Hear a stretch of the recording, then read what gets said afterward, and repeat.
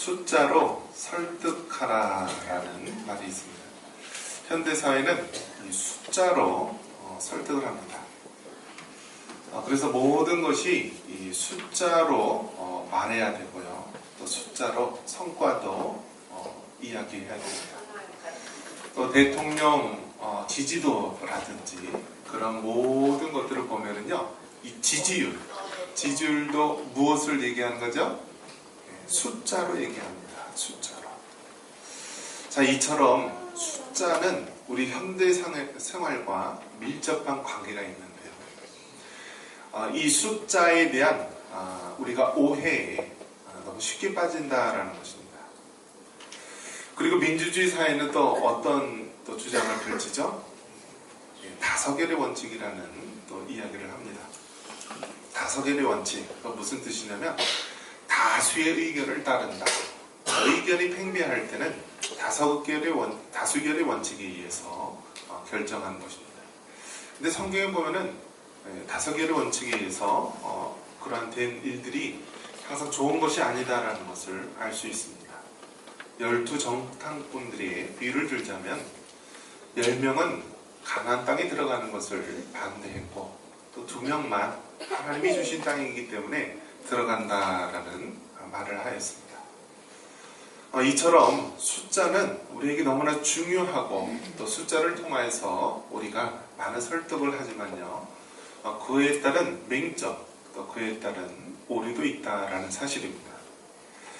그런데 이단들이 이 숫자를 가지고 많은 사람들을 미혹하는 것을 보게 됩니다. 신천지라고 하는 이단은 이 숫자를 가지고 기성교회 믿는 사람들 또 많은 교회 젊은 사람들을 미혹해서 그들을 넘어뜨리고 있습니다. 신천지 이단은 14만 4천이라는 이 숫자를 가지고서 많은 사람들을 미혹합니다. 우리 한번 성경 같이 한번 찾아보겠습니다. 우리 4절 말씀 같이 한번 읽겠습니다. 내가 인침을 받은 자의 수를 들으니 이스라엘 자손의 각 지파 중에서 인침을 받은 자들이 14만 4천이니 14만 4천.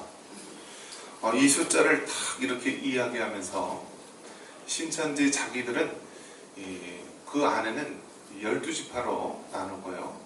이 각 지파들의 수가 14만 4천이 되어야 되며 이들만이 구원을 받는 숫자로 여기고 있습니다. 그런데 24만 4천 명이요, 얼마나 많은 숫자면 우리 참고적으로 연천의 인구가 몇 명이죠? 4만 5천 명이에요. 4만 5천 명. 이 땅덩어리는 서울시보다 약간 넓은데 4만 5천 명인데요. 신천지 2단 하나만 보면은요, 14만 4천 명이 되면은 우리 주님 오시고 또 자기네들은 구원받는 자다라고 주장을 하고 있습니다. 근데 넘었을까요? 안 넘었을까요? 넘었습니다. 불과 얼마 전만 해도 한 몇만 명이라고 했던 숫자가 지금 14만 4천 명이 넘어서 온 지역, 온 동네마다 얼마나 많은 큰 혼란을 일으키는지 모릅니다. 그들은 주장합니다. 자기들만 구원받은 자이고 자기들만 14만 4천에 든 숫자다. 그러면서 많은 사람들을 미혹하고 현혹합니다. 여러분은 이러한 미혹에 빠지지 않기를 주님의 이름으로 축원합니다. 자, 우리는 이 숫자에 대한 이 오해, 특별히 이 숫자에 대한 부분을 우리가 잘 이해를 해야 합니다. 자, 우리 하나님은 무슨 하나님이라고 그러죠? 삼위일체 하나님, 삼위일체 하나님이라고 합니다. 그래서 숫자를 예를 들어 보면은 이 숫자에 나타난 그런 의미들이 있는데요. 3을 우리가 그래서 완전수라고 합니다. 완전수. 그리고 우리가 행운의 숫자 하면 무슨 숫자를 하죠? 7이라는 숫자를 합니다. 7. 왜냐? 성경에 보면은 7이 완전수로서 쓰였기 때문입니다. 그래서 일주일이 7일로 이루어져 있고요. 서양 사람들이 제일 싫어하는 숫자가 뭐죠? 13. 그래서 영화 제목도 13일의 금요일, 우리 주님이 죽은 날짜다 그렇게 주장하면서 13이라는 숫자를 가장 저주받은 숫자로 이해를 합니다. 우리 동양에서는 제일 싫어하는 숫자를 무엇이라고 하죠? 4자. 그래서 죽을 사자다. 그래서 4자를 싫어합니다. 그래서 어떤 병원에 가면은요, 이 동양의 영향을 받은 데는 4층이 없습니다. 특히 병원 같은데 1층, 2층, 3층, 5층으로 갑자기 뛰어나와요. 근데 서구의 영향을 받은 데는 몇 층이 없을까요? 13층이 없어요. 그래서 10층, 11층, 12층 하다 14층으로 뛰는 건물도 있습니다. 근데 우리나라에 있는 어느 그룹 빌딩, 서울역 건너편에 아주 큰 빌딩을 이전에 한번 간 적이 있는데요. 엘리베이터를 탔는데 올라가다 보니까 4층도 없어요. 더 올라가다 보니까 13층도 없어요. 그래서 두 영향을 다 받았구나 그런 생각을 한 적이 있었습니다. 이처럼 이 성경적인 이 숫자의 의미가 우리가 알게 모르게 이 세상에 많이 전파되어 있습니다. 그러면 이 마귀에게 속한 숫자다라고 해서 싫어하는 숫자는 무엇을 싫어할까요? 6이라는 숫자를 싫어합니다. 6. 그래서 우리가 666이라는 이야기를 많이 이야기하는데요. 우리가 중요한 것은 그 숫자 하나의 단순한 의미가 아니라 성경은 성경으로 해석을 해야 되는 것입니다. 한번 따라해 보겠습니다. 성경으로 해석하자. 할렐루야. 그래서 이단들은요, 성경의 어느 한 일부분만을 가지고 많은 사람들을 미혹합니다. 그래서 자기들만 14만 4천 명에 포함된 숫자로 자기들만 구원받았다라고 주장을 합니다. 하지만 그것은 어리석은 이야기요, 잘못된 모습입니다. 이 14만 4천이라는 우리가 이 요한계시록 7장에 나온 이 숫자는 인침받은 자의 숫자입니다.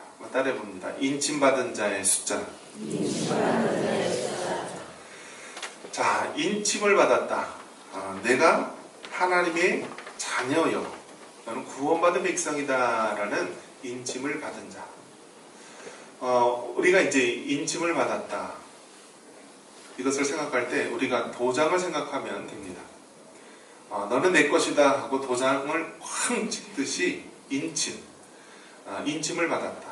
우리가 서류 같은 데도 중요한 거 보면은요, 이 철로 된 도장을 찍습니다. 그래서 그 철로 된 도장을 꾹 찍으면은요, 그것이 이 서류에 확 이렇게 박힙니다. 그리고 서류를 위조할 수도 없고 이것은 완전한 진짜 서류다라는 것을 보증하기도 합니다. 자, 예수님을 믿은 사람, 그런 사람에게는 성령으로 인침을 받은 자입니다. 할렐루야. 그래서 여러분, 세상 사람들과 예수님을 믿는 우리 하나님 백성들의 가장 큰 차이가 있다면 성령으로 인침받은 자임을 믿으시기 바랍니다. 그래서 우리가 예수님을 구주로 믿고 고백하는 순간 하나님의 성령이 우리 안에 내주하십니다. 그리고 성령님이 우리 안에 인침을 다 하십니다. 언제까지요? 우리가 주님 앞에 가는 그 순간까지 성령님께서는 우리를 떠나지 아니하시고 우리 안에 늘 동행하시는 하나님이신 줄 믿습니다. 그래서 이 14만 4천이라는 것은 인침받은 자의 숫자, 즉 하나님이 구원받은 이 백성들의 숫자를 말합니다. 이 14만 4천이라는 수는 이 완성수 또 만수라고 합니다. 그래서 예수 그리스도를 믿는 모든 자들을 우리에게 보여주고 있습니다. 그래서 이 14만 4천이라는 숫자는 영적인 숫자입니다. 이 숫자는 이스라엘 각 지파 12,000명에 12를 곱한 수를 말합니다.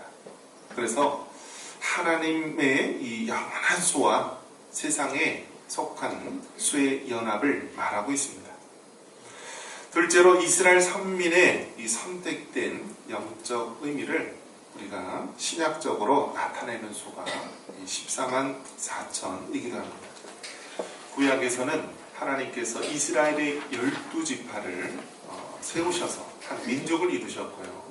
신약에 와서는 우리 예수님께서 이스라엘의 12지파를 이스라엘의 12사도를 세웠습니다. 그래서 12지파와 12사도, 이것은 이 구약과 신약을 대표하는 숫자라고 말할 수 있습니다. 다음으로 하나님만이 나타내실 수 있는 영적 완전한 만다라고 보는 것입니다. 그래서 이 14만 4천 인침을 받은 하나님의 이 백성들의 영적인 숫자입니다. 자, 그런데 이러한 숫자들 가운데서 이 각 지파별로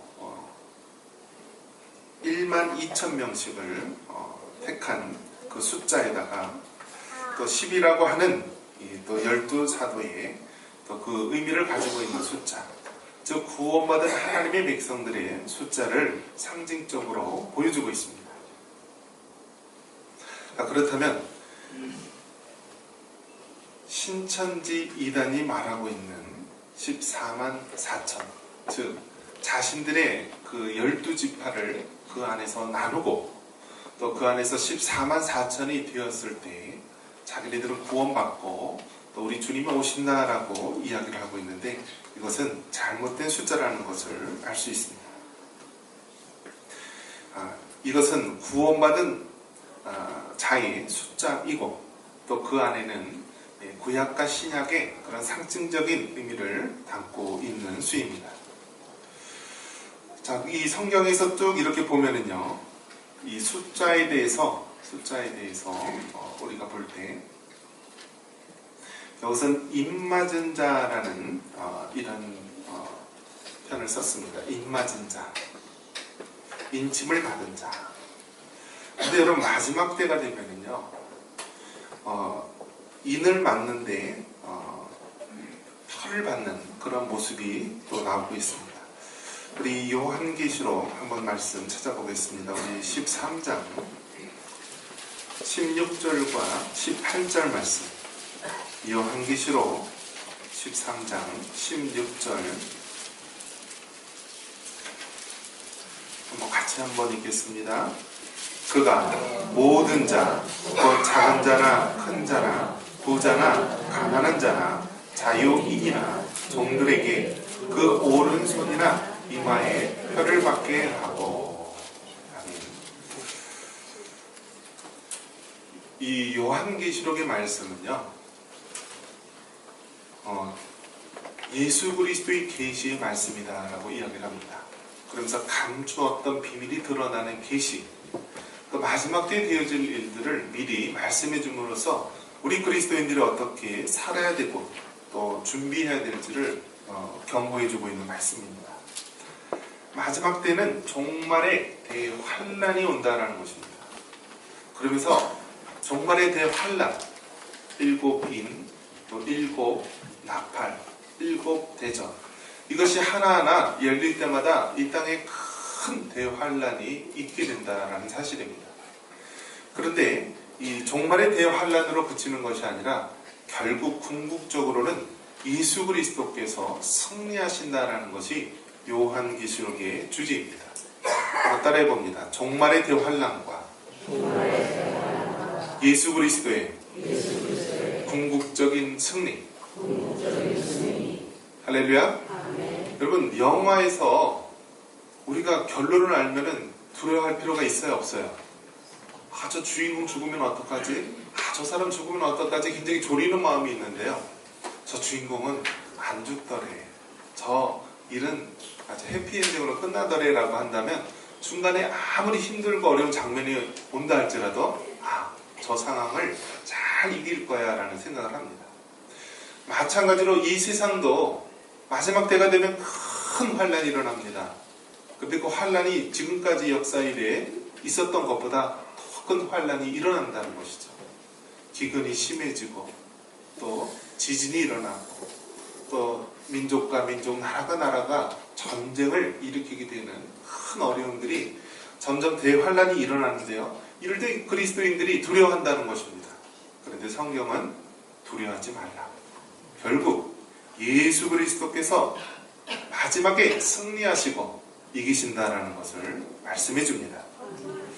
자, 이런 대환란의 여러 가지 모습들이 있는데요. 오늘 보니까 여기서 이 마지막 때가 되면 어떤 일들이 나오냐면요. 예수님 구주로 믿는 자에게는 인침을 받았다. 성령으로 인침을 받고 구원받았다라고 하는데요. 세상에 속한 자들은 어떤 모습이냐? 그들도 표를 받게 되는데요. 어떤 표를 받느냐? 그 오른손이나 이마에 표를 받게 된다라고 되어 있습니다. 그래서 이 오른손이나 이마에 표를 받게 되는데 이 표를 가진 자 위에는 매매를 못하게 한다라고 되어 있습니다. 매매. 그러면서 이 마지막에 되어지는 모습들을 보여주고 있는데요. 이제 어떤 식으로 돌아가고 있냐면 유럽이라든지 서구 이런 모습들을 보면은 얼마 전에 뉴스를 보니까 어떤 서구의 한 회사가 자기 회사의 모든 출퇴근 그러한 확인이라든지 또 이 모든 월급이라든지 이 모든 것들을 이제 더 이상 출퇴근 카드나 이런 것들을 하지 않고 이 사람 몸에다가 이 칩 같은 것을 이제 이식을 해서 그렇게 사용한다라는 것입니다. 우리가 버스나 지하철 탈 때는 어떻게 하죠? 탁 이렇게 단말기 같은 데 되면 삑 소리가 나면서 우리가 지나가게 되죠.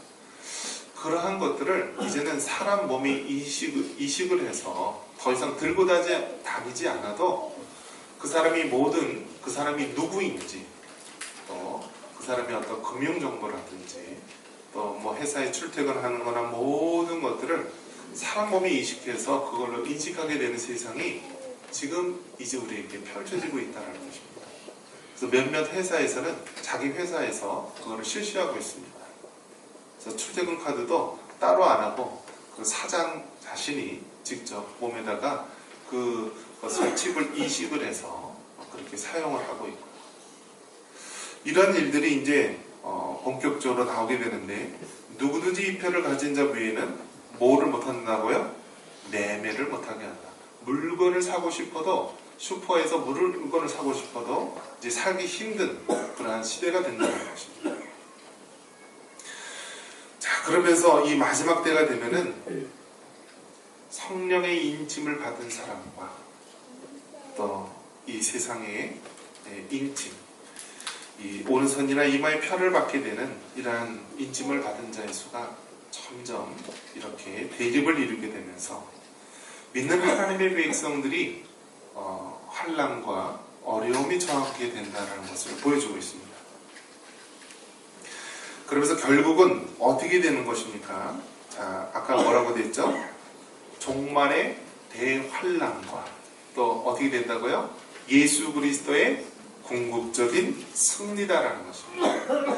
우리 예수님이 승리하신 줄 믿으시기 바랍니다. 여러분, 모든 이러한 일들이 일어나면은요, 어떻게 생각을 해야 되냐면, 우리 주님 오실 날이 점점 가까이 왔구나라고 여러분이 생각을 하셔야 됩니다. 그러면서 그 주님 오실 날을 우리가 대비하고 준비를 해야 됩니다. 그리고 정말 이렇게 오른손이나 이마에 표를 받지 못하면 매매도 하기 힘든 세상이 점점 우리 눈앞에 다가올 때 우리는 두려워하지 말고요. 끝까지 누구 편에 서야 되죠? 예수님 편에. 우리 하나님 편에 설 수 있는 여러분 되시기를 바랍니다. 여러분, 예수라는 그 말의 의미는 구원이라는 의미를 가지고 있습니다. 그래서 예수, 히브리어 원어에서는 예수를 뭐라고 읽냐면 한번 따라해 봅니다. 예수아. 그래서 영어권에서는 지저스라고 읽는데요. 이것은 좀 발음이 원래 원어와는 많이 다릅니다. 원래 히브리어 원어에서는 뭐라고 되어 있다고요? 예수아. 그래서 예수아가 바로 예수님의 이름을 말하는데 그 의미는 구원이다라는 것입니다. 구원. 이제 아무리 사탄 마귀가 우리 코앞에 와서 많은 사람들을 미혹하고 해한다 할지라도요, 결국 예수 그리스도께서 승리하시는 것입니다. 예수 이름은 구원의 의미를 담고 있듯이 마지막 때 점점 악한 무리들이 많은 사람들을 미혹하고 또 시험하고 넘어뜨리려 할지라도 결국 예수님께서 이 구원에 이르게 하시는 것입니다. 우리 17절 같이 한번 읽어보겠습니다. 우리 17절. 이는 보좌 가운데에 계신 어린 양이 그들의 목자가 되사 생명수샘으로 인도하시고 하나님께서 그들의 눈에서 모든 눈물을 씻어주실 것입니다. 아멘. 여러분, 이 요한계시록 이 7장에 보면은 구원받은 하나님의 인침을 받은 자들이 나오고 있고요.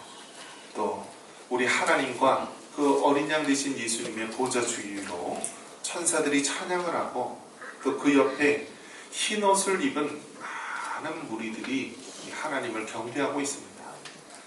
주님을 위해서, 복음을 위해서 숭배하거나 희생당한 많은 영혼들이 가장 가까운 예수님 보좌에서 하나님을 찬양하고 있습니다. 그러면서 결국 궁극적인 이 땅의 모든 문제들이 풀리게 되면서 우리 주님께서는 우리 눈에 눈물을 닦아주시겠다 말씀합니다. 여러분, 우리가 정말 예수님을 잘 믿으려 하면 할수록 더 힘들어질 것입니다. 하나님 말씀대로 순종하는 것 자체가 점점 어려워지는 시대가 올 수 있습니다. 저 북녘 땅에 있는 북한 동포들처럼 이전에는 동방의 예루살렘이라 했던 그 화려한 평양의 도시도 지금은 김일성 우상화로 덮여있는 나라가 되었습니다. 얼마나 많은 사람들이 지하교회에서 생명을 하나님 앞에 바치며 신앙을 지키고 있는지 모릅니다. 이 땅의 고난과 환난과 핍박이 더하면 더할수록 우리 주님의 구원의 때가 가까이 옴을 믿으시고 인침을 받은 하나님의 백성으로서 끝까지 믿음과 신앙을 지킬 수 있는 우리 모두가 되기를 주님의 이름으로 축원합니다.